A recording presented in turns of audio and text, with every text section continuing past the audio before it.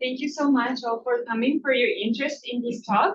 So yes, as Sylvia mentioned, this talk is part of my overall dissertation project.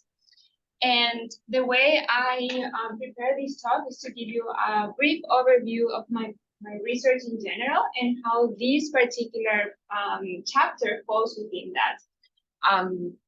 that research project. So first, I want to draw your attention to one of the most important conservation strategies in the world, which are protected areas. And this is a map of protected area coverage around the world, either terrestrial and marine areas. And as you can see, pretty much a large percentage of the Earth is covered with protected areas. And I also want to bring your attention to specifically Latin America and the Caribbean, which is considered one of the most protected regions in the world. So it might seem that we have all figured out, but as you can see in the map, there are a couple of ecoregions that might not be represented by protected areas. But not only that, there's growing evidence that shows that species continue to decline within these protected areas. And this occurs because of many reasons, right? And this might be context dependent, but pressures outside protected areas like habitat loss and that coupled with things happening inside protected areas like poor management can facilitate threats inside these protected sites. So one of those threats is hunting. So hunting is considered the most common threat in protected areas in the neotropics. And in Latin America, and I'm sure like many places in developing countries or the global south, protected areas have limited ability to respond to these challenges. And that basically means that we often don't have baselines for evaluating and curbing hunting. This also occurs because of many reasons, one of them being that hunting is often an illegal activity, and gathering information about illegal activities is very difficult. But it's also because accurate hunting data and wildlife data are rarely collected at the same time. And in the context of management, they're often not collected at a scale that is necessary to make management decisions. So hunting has been one of these threats that you can find a lot of papers about, but it has been poorly addressed in these protected areas if we think about management, right? But more so, they have been poorly addressed in subtropical dry forests. And one of those forests is the dry chaco. So the dry chaco is one of the ecosystems within the Gran American Chaco that covers mainly the countries of Argentina, Paraguay, and Bolivia. You can see here on the map. You can see here the dry and wet Chaco. Today we're gonna focus on the dry Chaco. And I put this image just to show you what we mean by dry. And this is precipitation gradient. As you can see, places in red are the ones that have the lowest precipitation per year. So the dry Chaco, I get a lot of questions about like, what is a dry forest? Like, how does it even look like? So the dry Chaco, these are a couple of forest pictures from my study site. It's a woodland forest. In a few words, it's very thorny. It has a lot of trees have thorns, leaves have thorns. There are a lot of cactuses, and it has a strong seasonality. So very dry winters with no rain, and very rainy summers. So remember, we are in South America, so that rainy summers would be November, December, January, February, right? But also, the dry Chaco has been getting a little bit more attention because it's suffering from a lot of deforestation and habitat loss. So this habitat loss and causing also fragmentation facilitates accessibility to protected areas. And what you can see in the images here, well, first I want to draw to attention to this picture over here. It's just from a local artist, an indigenous local artist that, as you can see, a lot of his drawings is about the community and and wildlife and how they perceive what's going on. And as you can see, habitat loss is very present in their lives. And this map shows, this is the western part of Paraguay, what we call the Chaco. And what you see in the different tones of red is actually deforestation, so habitat loss. And the shape of the deforestation you can see in these zoomed in images here, they're like squares or rectangles, and that is mainly because these are for cattle ranches, right? What you see in black is actually forest cover.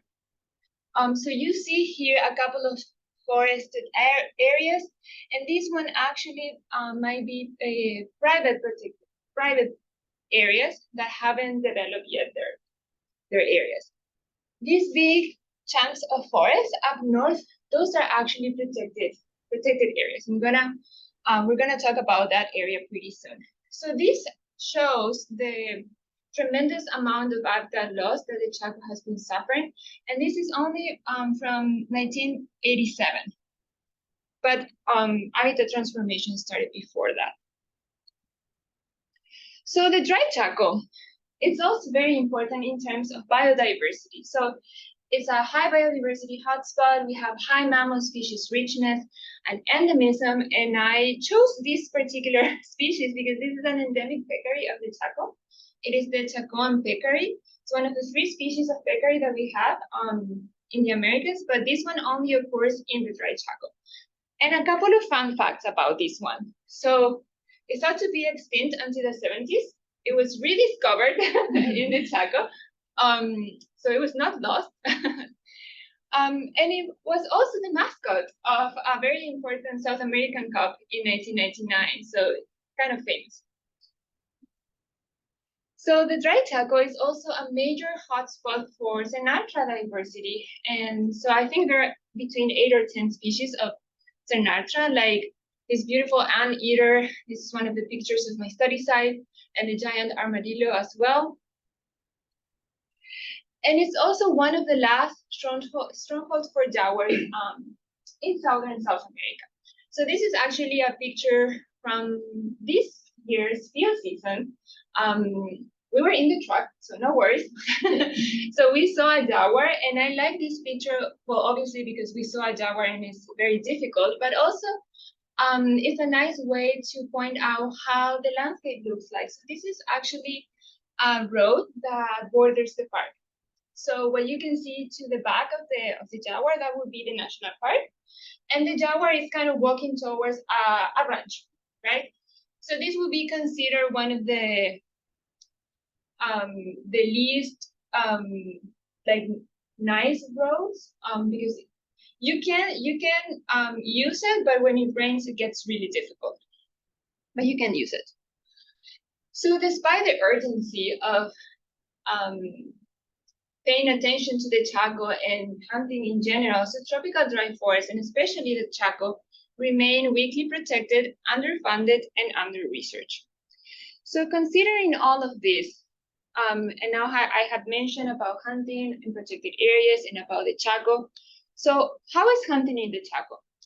So hunting in the Chaco has been considered one of the main causes of massive depopulation in the Chaco, and especially in Argentina, where the majority of the Chaco has been lost already, and with that, our megafauna.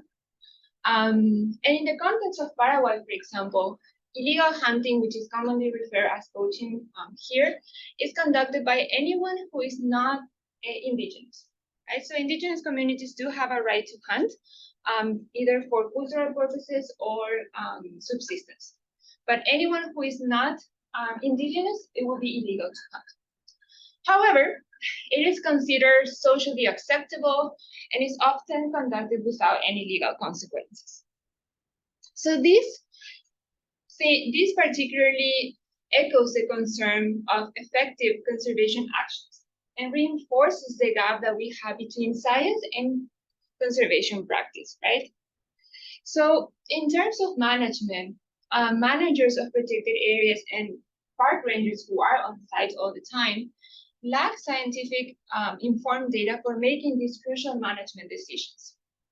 So then we move to the importance of evidence-based conservation, which is the ideal thing, right? So we want to make impartial decisions at all stages of conservation, since planning, implementation, and management, so we can have adaptive management, and we can have that evidence that allows us to move forward. However, there are certain types of knowledge, methods, and informations that have been given preference. And that could limit our insights about the complex social, political, or economic context in which our conservation actions occur. So a broader view of evidence might include ecological data and social data as well. And that social data can come in the form of perceptions. So perceptions have been considered a really important tool for improving knowledge in the practice of conservation. And perceptions encompass really everything that from your observations, your understanding and evaluations, for example, your perception about a certain country, a certain situation is based on what you have lived, what you have heard, what you have seen. So it depends really on a lot of things. But it's considered an indispensable form of evidence and a powerful tool for strengthening management of natural areas and wildlife.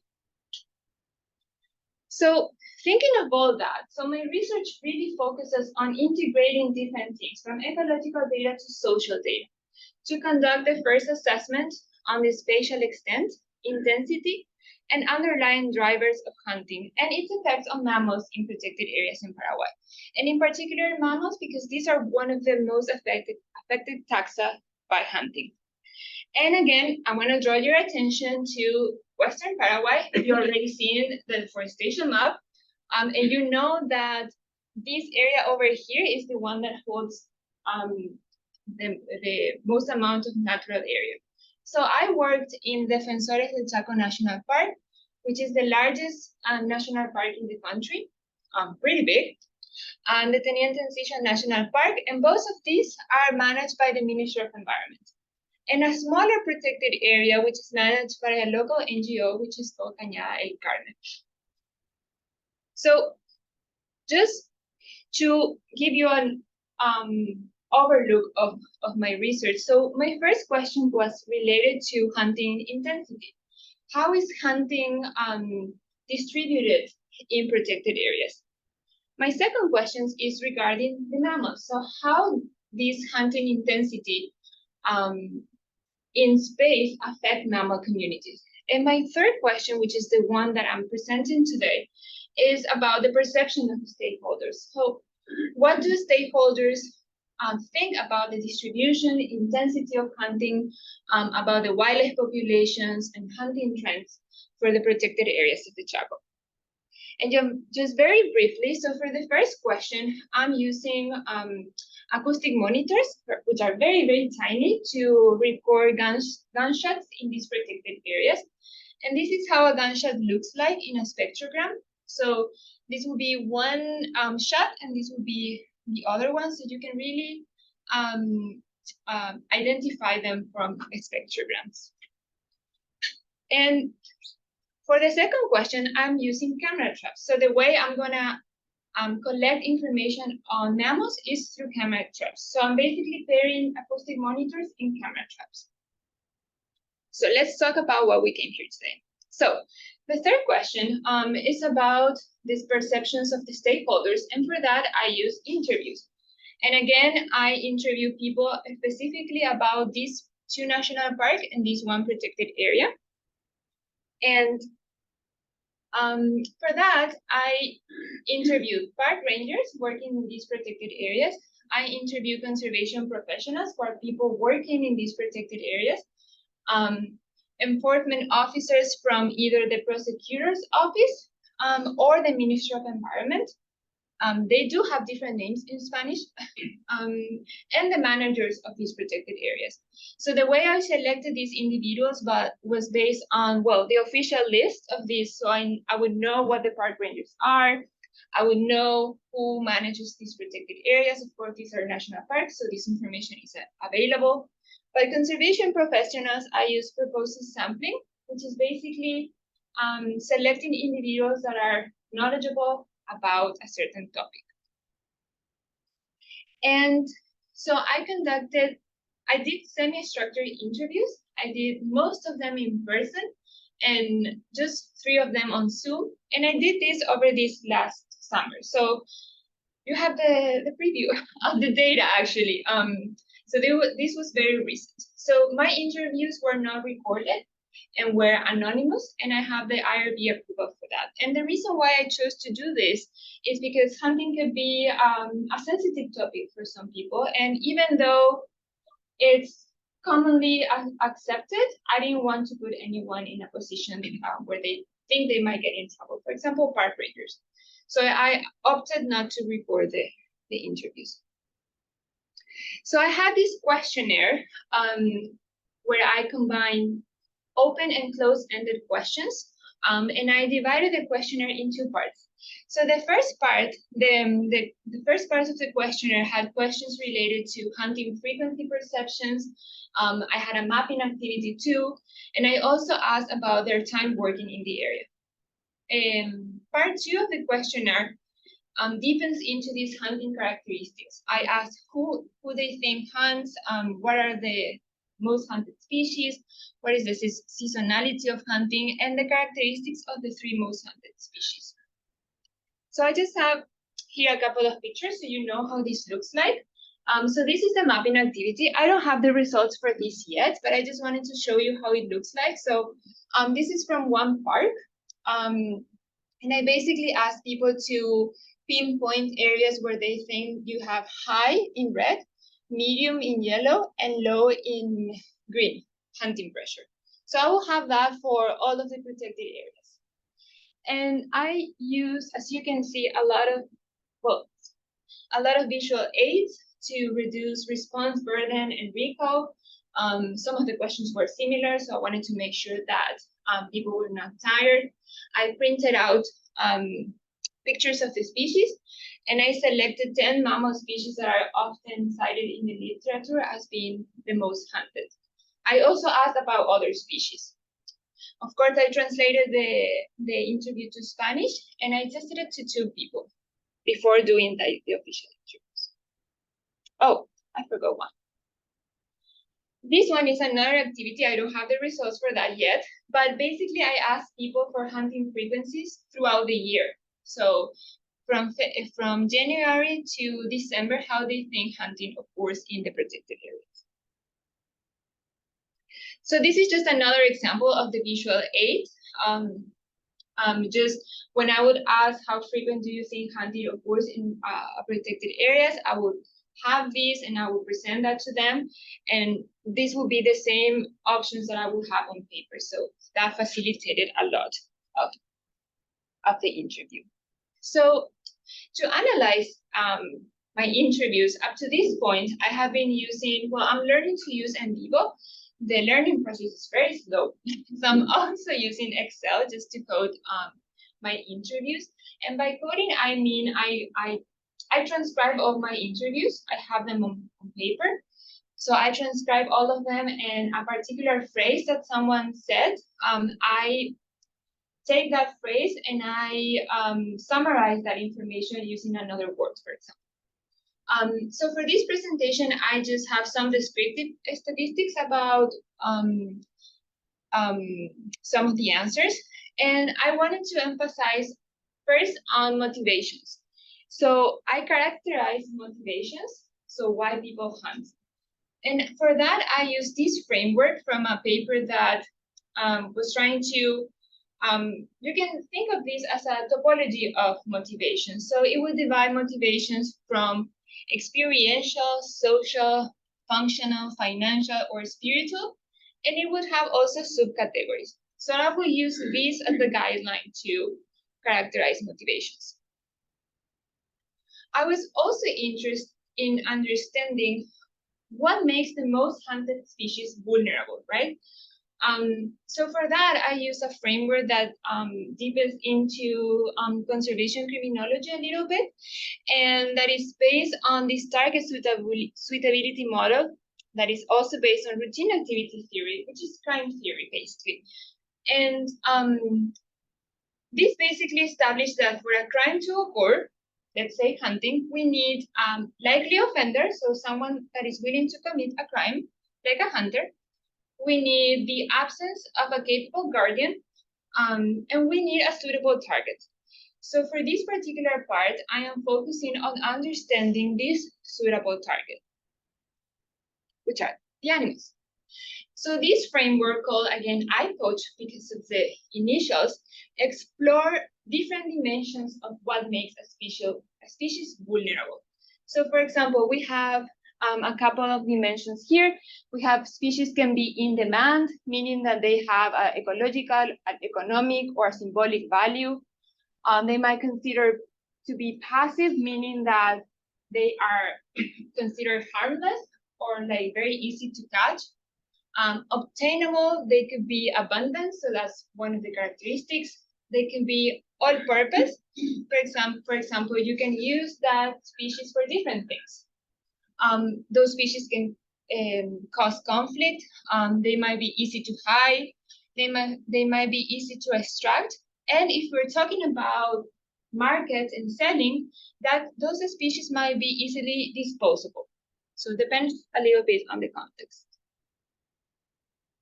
So let's move on to the results.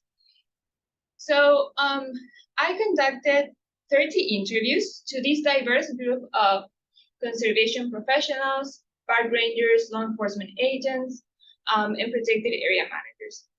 Well, as you can see, most were conservation professionals. This is just how the scenario is shaped, right? We don't have that many park rangers in these few protected areas. And the few enforcement officers that often work in the Chaco are not also a lot.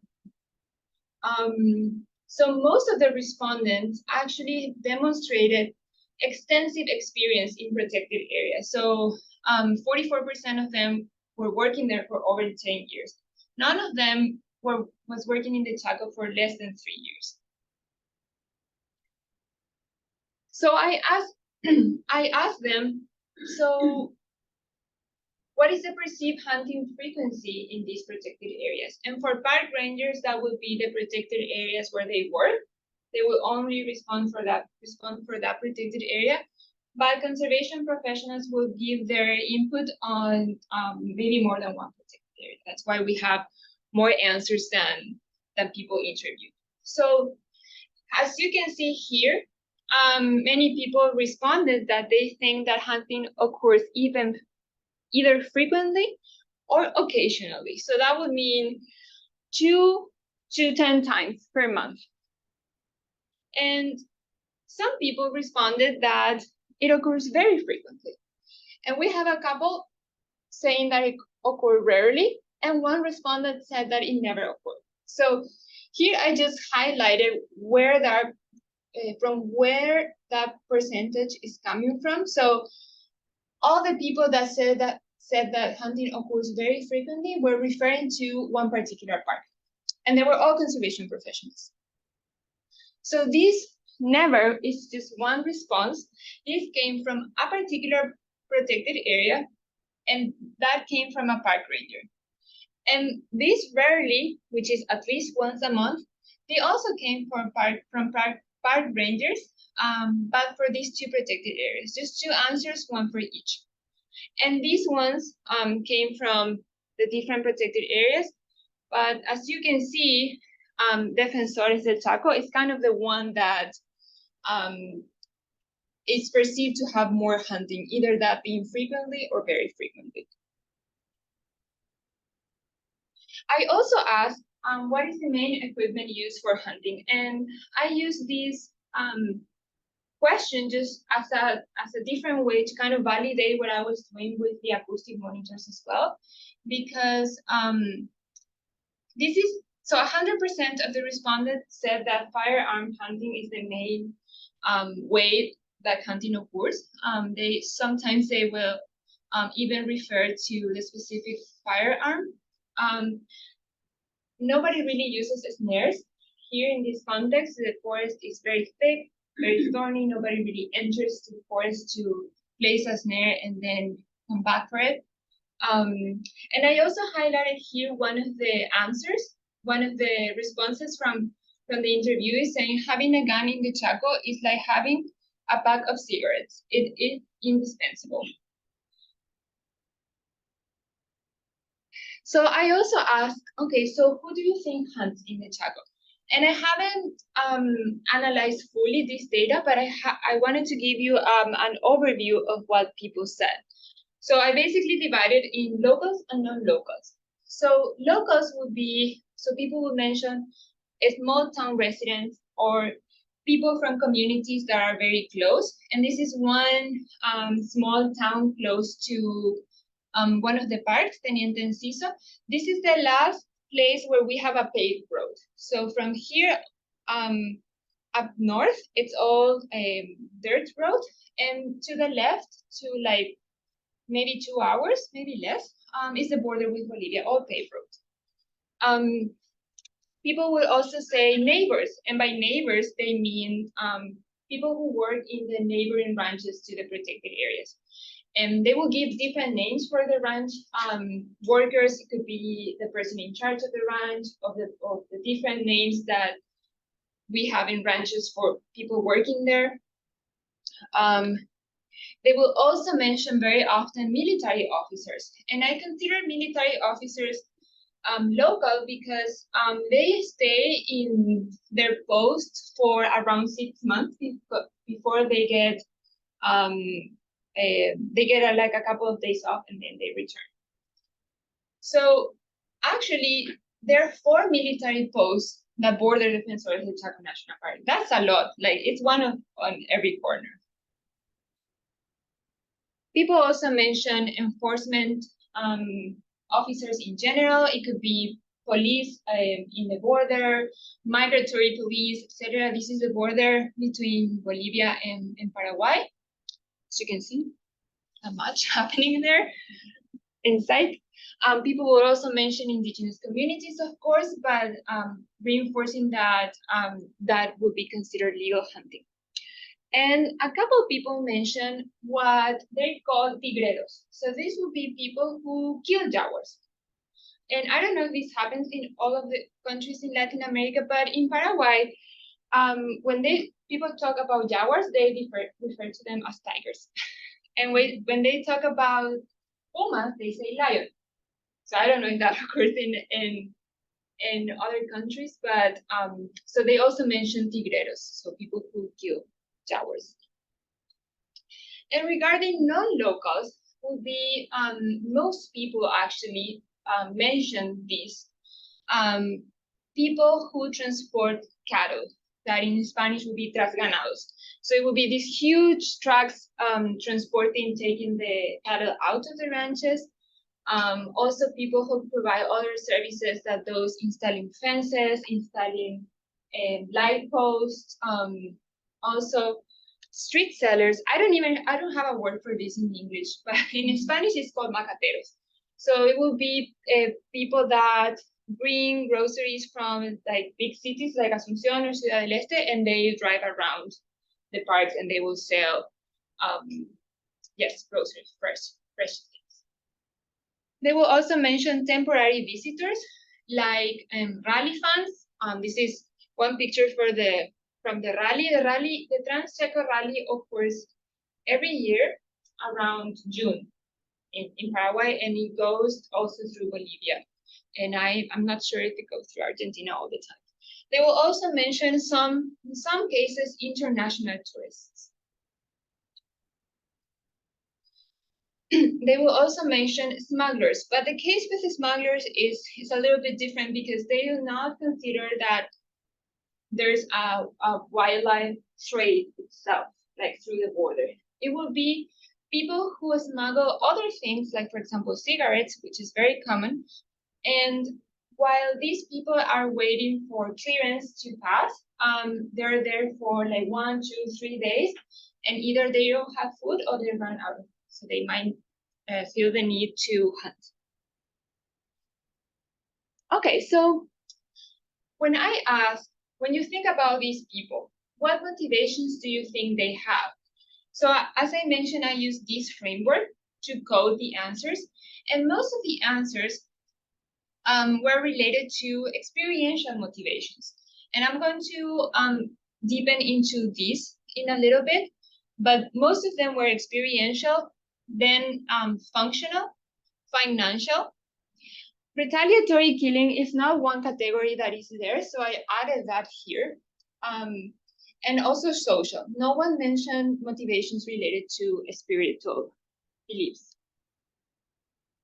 So if we think about experiential motivation, so I got answers that could refer to recreational or sensory, right? So the way I coded this is like every time someone told me about hunting because of recreation or sports for fun or like a hobby, I would code that as recreation motivation.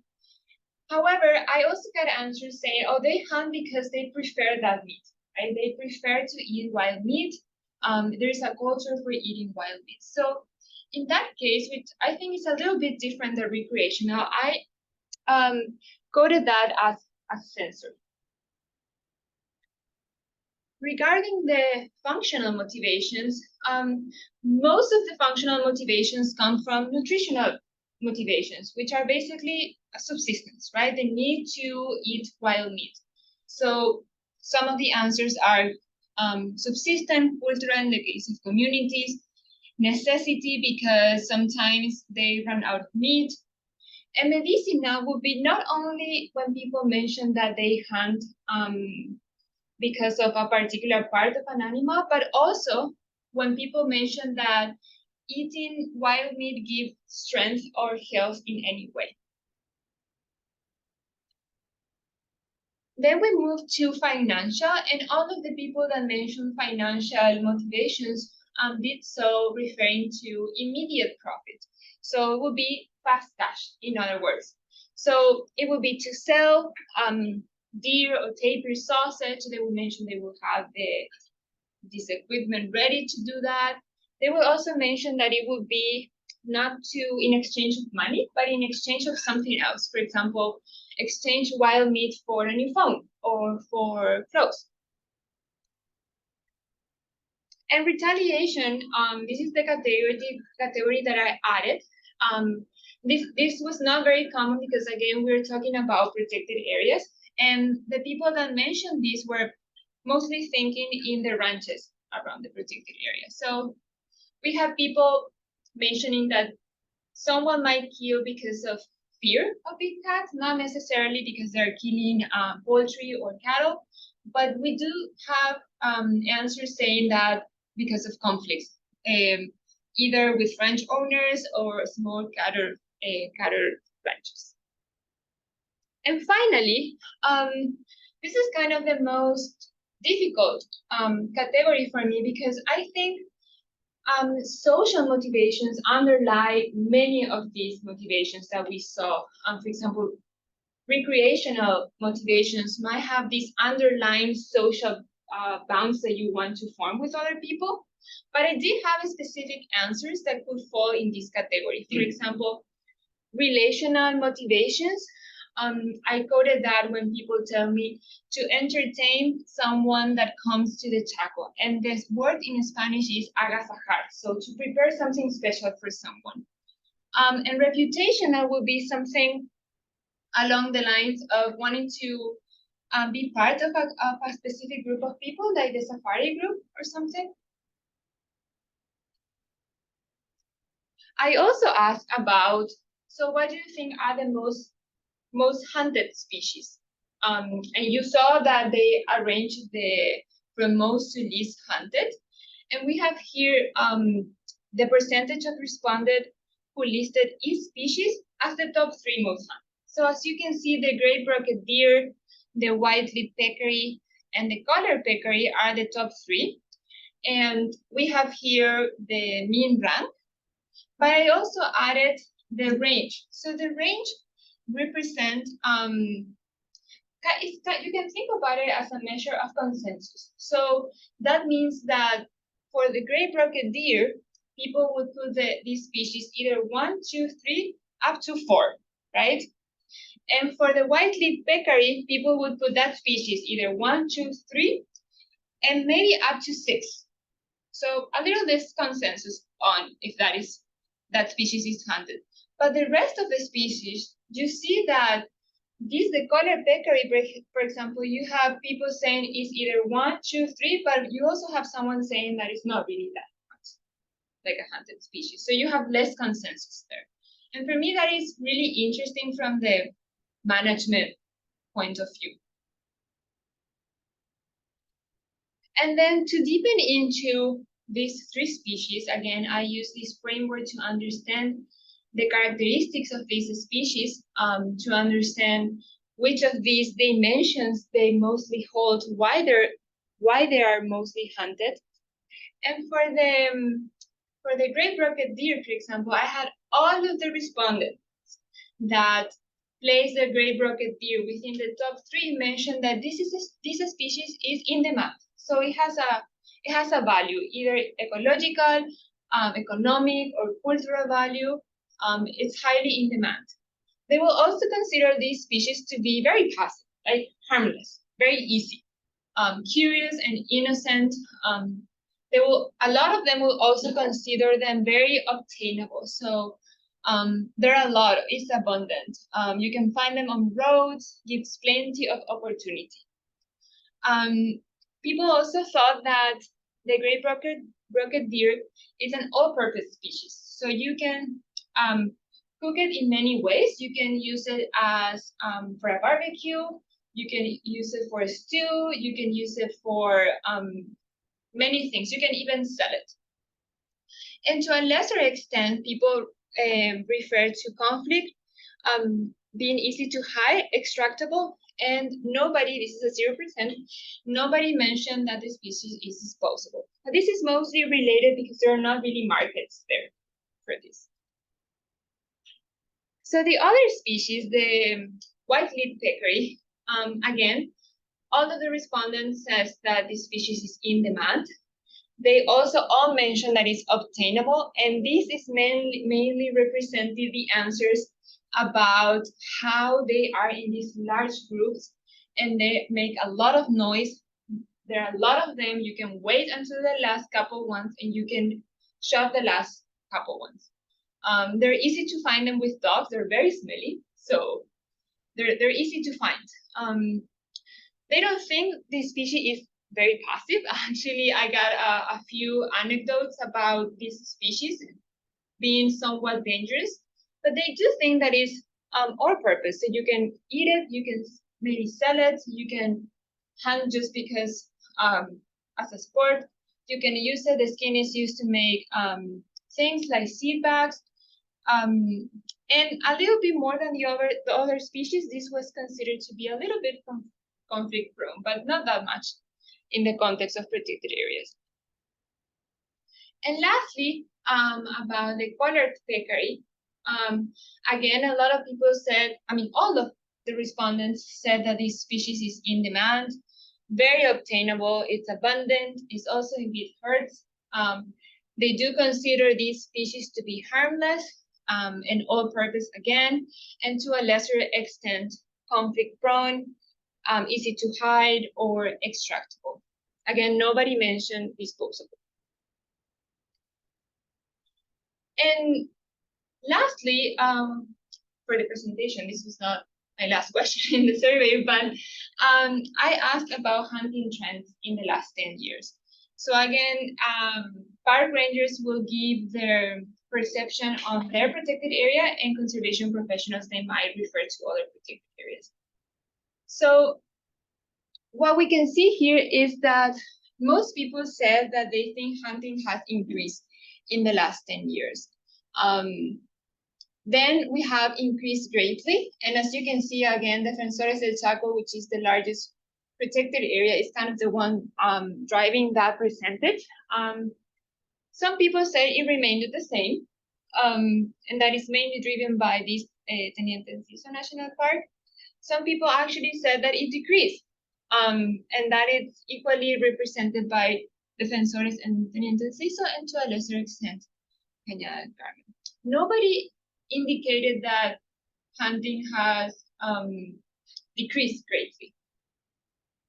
And I also asked about why they think these trends occur. I haven't had the opportunity to go that, but I got really interesting responses on why they think these trends happen. So finally, just to wrap out,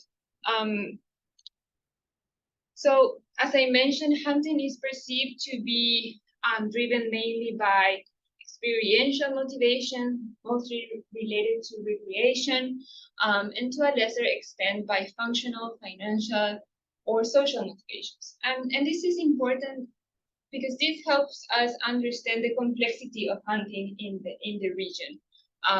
Most people might think about the Chaco like this vast place that you cannot find anything, but the truth is that it's getting more connected every day. So the reasons why this might be happening might be different. So regarding the species that are most hunted, these species are perceived to be in demand, so very valuable, passive or harmless, very obtainable, and you can use them for a lot of things. And this is important because this helps us maybe target specific conservation actions to some species that are not usually addressed as other species. And in general, this particular chapter of my dissertation, what I wanted to do with it is to kind of give context to the findings that I will get from the acoustic monitors regarding hunting intensity and the distribution, and to the potential effects on mammals. And also highlight the utility of combining these ecological and social science data to understand really what's going on in these complex human natural systems. And I think that's all I have. This was a very long and hard couple of years, and that wouldn't be possible without the help of many people and organizations there. So yes, with that, yes, I'll take English.